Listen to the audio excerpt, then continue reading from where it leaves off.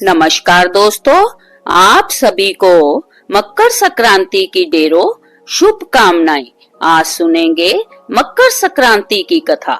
जब ग्रहों के राजा सूर्य देव मकर राशि में प्रवेश करते हैं तो इसे मकर संक्रांति के रूप में मनाया जाता है। मकर संक्रांति के त्योहार को बेहद उत्साह के साथ मनाया जाता है। इस अवसर पर सूर्य देव की पूजा अर्चना करने का विधान है। मकर संक्रांति को खिचड़ी के नाम से भी जाना जाता है। मकर संक्रांति के दिन पवित्र नदियों में स्नान करने का विशेष महत्व माना जाता है। साथ ही इस दिन दान करना भी उत्तम होता है।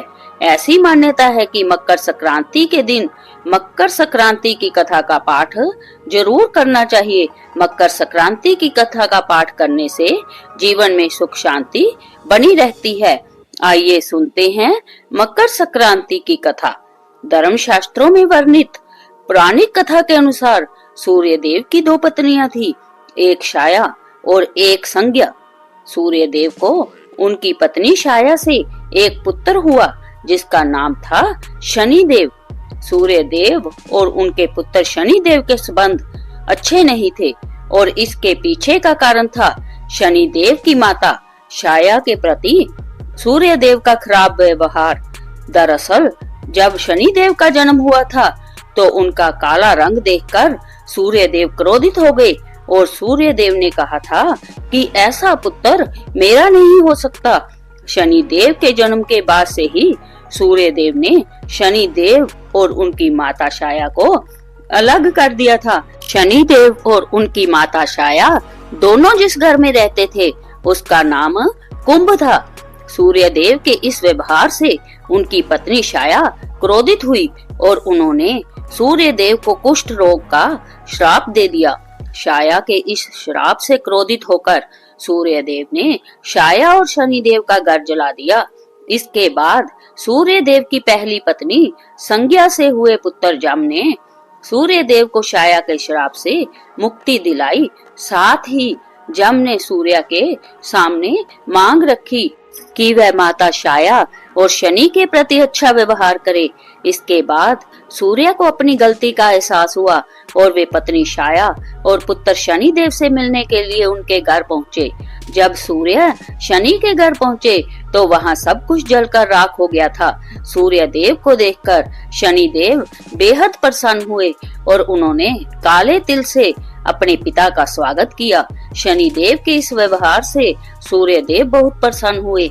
सूर्य देव ने शनि देव को एक नया घर भेंट किया जिसका नाम मकर था। सूर्य देव के आशीर्वाद से शनि देव दो राशियां कुंभ और मकर के स्वामी बन गए। सूर्य देव ने शनि देव को आशीर्वाद दिया कि वो जब भी उनसे मिलने उनके घर आएंगे तो उनका घर धन धान्य से भर जाएगा। सूर्य ने कहा कि मकर संक्रांति के मौके पर जो भी मुझे काले तिल अर्पित करेगा उनके जीवन में खुशहाली आएगी। इसी कारण जब सूर्य देव मकर राशि में प्रवेश करते हैं तो इसे मकर संक्रांति के रूप में मनाया जाता है। मकर संक्रांति के मौके पर सूर्य देव की पूजा में काले तिल का इस्तेमाल करने से धन धान्य की कमी नहीं रहती है। बोलिए सूर्य देव भगवान की जय। बोलिए शनि देव महाराज की जय। मकर संक्रांति से जुड़ी अन्य पौराणिक कथा के अनुसार एक समय में प्रभावशाली कपिल मुनि रहते थे। एक बार कपिल मुनि पर राजा सगर के पुत्रों ने देवेंद्र का घोड़ा चोरी करने का झूठा आरोप लगा दिया था।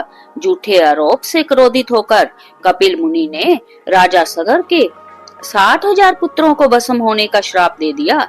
इसके बाद राजा सगर ने देवेंद्र से सिफारिश की और देवेंद्र के द्वारा ऋषि से माफी मांगने पर कपिल मुनि का गुस्सा शांत हुआ।